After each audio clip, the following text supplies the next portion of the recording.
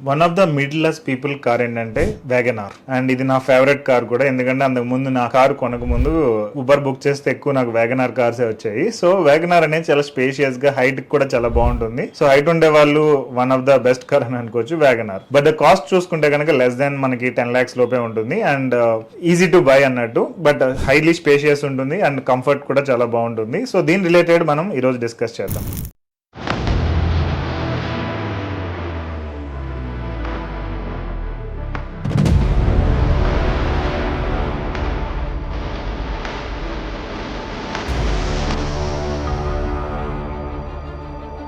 ఈ రోజు ఈ వ్యాగనార్ కార్ కొనాలంటే 5 పాయింట్స్ డిస్కస్ చేద్దాం. ఫస్ట్ ఏంటంటే ఈ కార్ ఇంటికి తీసుకురావాలంటే అసలు ఎంత కాస్ట్ అవుతుంది అనేది పాయింట్ నెంబర్ 1. పాయింట్ నెంబర్ 2, అసలు దీనికి ఈఎంఐ ఎంత కట్టొచ్చు. So middle class people car అన్నా కాబట్టి దీనికి ఈఎంఐ ఎంత ఉంటుంది అనేది చెక్ చేద్దాం. మూడోది, దీన్ని స్ట్రెస్ ఫ్రీగా డ్రైవ్ చేయాలి అంటే మీకు అసలు ఎంత ఇన్కమ్ ఉంటే మీరు దీన్ని స్ట్రెస్ ఫ్రీగా డ్రైవ్ చేయొచ్చు. సో ఏ ఇన్కమ్ రేంజ్ వాళ్ళే దీన్ని కొనాలి అనేది మూడో పాయింట్. నాలుగోది, దీని హిడెన్ కాస్ట్లు ఎంత ఉంటాయి అనేది ఇంకొక పాయింట్. ఎందుకంటే కార్ కొంటే జస్ట్ కొండంతో అయిపోదు, దాని తర్వాత మెయింటెనెన్స్ ఉంటుంది, పెట్రోల్ ఖర్చులు ఉంటాయి, ఇంకా డిఫరెంట్ అదర్ థింగ్స్ ఉంటాయి కాబట్టి వాటి గురించి కూడా డిస్కస్ చేద్దాం. అండ్ ఫిఫ్త్ పాయింట్ వచ్చేటప్పటికి, దీన్ని మీరు ఒక డిలే చేసి ఒక 1 year 2 years 3 years డిలే చేసి ఒక 5 years గానీ డిలే చేసి ఒక కార్ కొనుక్కోవాలనుకుంటే ఆ టైంలో అప్పుడున్న బెస్ట్ వర్షన్ కొనుక్కోవచ్చు. బట్ దానికి ఇప్పటి నుంచి ఎంత సేవ్ చేయాలి, ఇన్వెస్ట్ చేయాలి అనేది ఈ రోజు తెలుసుకుందాం. ఈ వ్యాగనార్ లో కూడా డిఫరెంట్ కలర్ ఆప్షన్స్ అనేవి ఉన్నాయి, మీరు చూడొచ్చు. ఇప్పటి వరకు 9 కార్స్ ఎక్స్ప్లెయిన్ చేశాను, ఇది 10th కార్. దీనిలో కూడా మీరు చూసుకుంటే కనుక డిఫరెంట్ కలర్ ఆప్షన్స్ అనేవి ఉన్నాయి, మీరు చెక్ చేయొచ్చు. వ్యాగనార్ కి 1 by 1 మీరు చూడొచ్చు డిఫరెంట్ కలర్ ఆప్షన్స్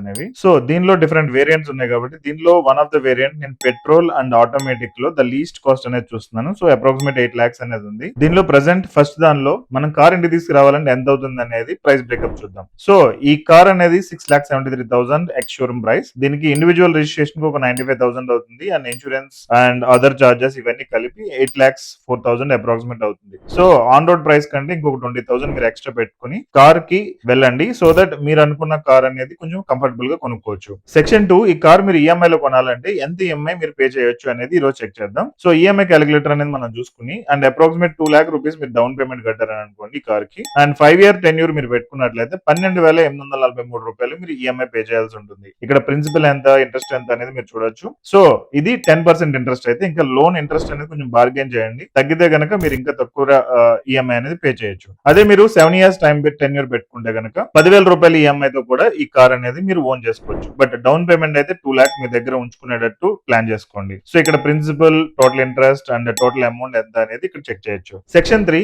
ఈ కార్ మీరు ఓన్ చేసుకోవాలంటే స్ట్రెస్ ఫ్రీగా మీ ఇన్కమ్ ఎంత ఉండాలి అనేది చెక్ చేద్దాం. సో సేఫ్ సైడ్ అయితే కనుక మీ ఇన్కమ్ ఒక 65,000 దాటి ఉంటే పర్ మంత్ మీకు టేక్ హోమ్ సాలరీ 65,000 దాటి ఉంటే మీరు ఈ కార్ అనేది కొనుక్కోవచ్చు. 80,000 గానీ 1,00,000 రూపాయలు గానీ ఉంటే ఈ కార్ అనేది చాలా కంఫర్ట్ గా కొనుక్కోవచ్చు. So with in the range అనేది మనం అనుకోవచ్చు, ఎందుకంటే మీ ఈఎంఐ అనేది మీ సాలరీలో 15% ఆర్ 20% దాటి ఉండకూడదు. నెక్స్ట్ సెక్షన్ 4, ఈ కార్ కున్న హిడెన్ కాస్ట్లు ఏంటి అనేది మనం చెక్ చేద్దాం. సో ఈ కార్ ఓన్ చేసుకున్న తర్వాత ఫ్యూయల్ కి ఒక 3,000 నుంచి 5,000 మధ్యలో నెలకు అవ్వచ్చు, ఇంకా ఎక్కువ వాడితే ఇంకా ఎక్కువ అవుతుంది. సో యూజువల్ గా పెట్రోల్ అనేది ఇది బాగా మైలేజ్ ఇస్తుంది కాబట్టి మీరు ఒకసారి చెక్ చేయొచ్చు. నెక్స్ట్ ఇన్సూరెన్స్ రెన్యువల్ అనేది మీకు ఒక 12,000 నుంచి 15,000 మధ్యలో అవ్వచ్చు every year, and maintenance cost కూడా మీకు ఒక 5,000, 7,000, 8,000 అలా అవ్వచ్చు ఎవ్రీ ఇయర్. సో ఇవన్నీ మీరు కన్సిడర్ చేయండి. అండ్ యాక్సెసరీస్ గానీ లైక్ సీట్ కవర్లు, మ్యాట్లు, ఇంకా డిఫరెంట్ అదర్ థింగ్స్ అనేవి ఉంటాయి కాబట్టి వాటికి మీరు సంవత్సరానికి ఒక 10,000 పక్కన పెట్టుకుంటే బెటర్. ఇంకా మీరు లాంగ్ డ్రైవ్స్ కి వెళ్ళినట్లయితే పార్కింగ్ అండ్ టోల్ గేట్ ఇలాంటి వాటికి ఒక 1,000 రూపాయల నుంచి 2,000 మధ్యలో అవ్వచ్చు,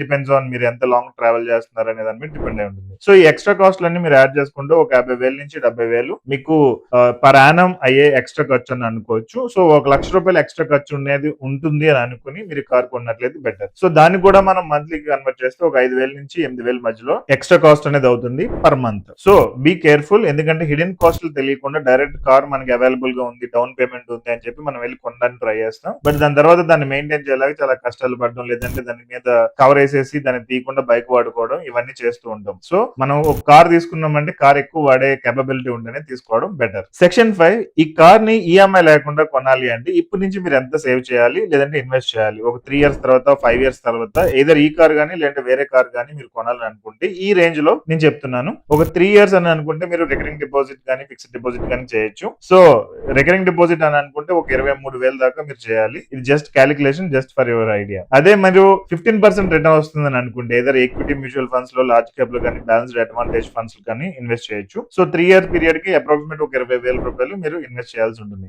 సో ఇది లాజికల్ గా చూస్తే కనుక ఈఎంఐ వర్సెస్ ఈ ఇన్వెస్ట్మెంట్ అనేది సూట్ కావట్లేదు. సో 3 year పీరియడ్ అనేది మీరు వదిలేయండి. ఒక 5 year పీరియడ్ మనం చూసుకుంటే కనుక ఎంతైతే మీరు ఈఎంఐ కట్టాలని అనుకుంటున్నారు, ఏదో 13,000 కానీ లేదా 9,500 రూపీస్ కానీ మీరు మంత్లీ ఇన్వెస్ట్ చేసినట్లయితే 5 years లో ఈ కార్ ని ఓన్ చేసుకునే అంత మనీ మీ దగ్గర ఉంటుంది. సో ఆ టైంలో ఈ కార్ కానీ లేదంటే వేరే కార్ కానీ ఇంకా బెస్ట్ కార్స్ వస్తే ఆ టైంలో మీ దగ్గర ఉన్న అమౌంట్ తోటి మీరు కొనుక్కోవచ్చు. సో 7% ఇంట్రెస్ట్ లెక్కన అయితే కనుక 13,000 రూపాయలు, అదే 15% రిటర్న్ లెక్కన అయితే కనుక 9,500 రూపీస్ మీరు మంత్లీ దీని గురించి సేవింగ్ ఆర్ ఇన్వెస్ట్మెంట్ అనేది చేయాల్సి ఉంటుంది. సో ఫైనల్ కన్క్లూజన్ ఏంటంటే ఏ పీరియడ్ లో మీరు ఇన్వెస్ట్మెంట్ చూస్ చేసుకుంటే బెటర్, ఏ పీరియడ్ లో మీరు ఈఎంఐ చూస్ చేసుకుంటే బెటర్ అనేది నేను చెప్తాను. So first of all me income అనేది స్టేబుల్ గా ఉంటే కనుక ఈఎంఐ రూట్ అనేది పర్లేదు. ఎందుకంటే మీరు మళ్ళీ జాబ్ పోతుంది ఒక 2 years తర్వాత 3 years తర్వాత అంటే ఈఎంఐ కట్టడానికి మీరు చాలా స్ట్రగుల్స్ ఫేస్ చేయాల్సి ఉంటుంది. అండ్ హిడెన్ కాస్ట్ లు ఇంకొక ఇంపార్టెంట్ ఫ్యాక్టర్, అది కూడా గుర్తుంచుకోండి. నెక్స్ట్, మీకు ఈఎంఐలు ఇష్టం లేదు లేదంటే మీ జాబ్ అనేది కొంచెం ప్రాబ్లమాటిక్ ఉందంటే ఇప్పటి నుంచి మీరు సేవింగ్స్ ఆర్ ఇన్వెస్ట్మెంట్స్ అనేది చేయండి. Maybe over the period 3 to 5 years లో మీకు ఇంకా మ్యారేజ్ కాకపోతే మ్యారేజ్ అయిన తర్వాత కార్ అనేది కంపల్సరీ కాబట్టి ఇప్పటి నుంచి సేవింగ్ ఇన్వెస్ట్మెంట్ చేసినట్లయితే కనుక మీరు టైంలో కార్ కావాలంటే కొనుక్కోవచ్చు. లేదు వద్దు అని అనుకున్నా కానీ ఆ స్కోప్ అయితే ఉంటుంది. మీ దగ్గర డబ్బులు ఉంటే డెసిషన్ అనేది మీరు తీసుకోవచ్చు.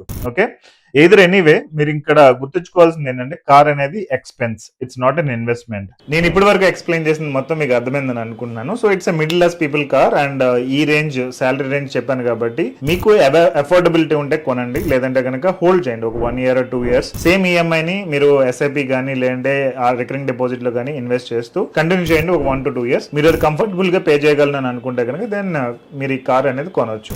అంతే తప్ప హరీ తోటి కొనొద్దు. Okay, wish you all the best. See you with new car. మీరు ఆల్రెడీ వ్యాగనార్ వాడుతున్నట్లయితే కనుక కమెంట్ సెక్షన్ లో మెన్షన్ చేయండి. And next a car explain చేయమంటారు అనేది కూడా నాకు ఇక్కడ మెన్షన్ చేయండి. Thank you so much. Have a great day.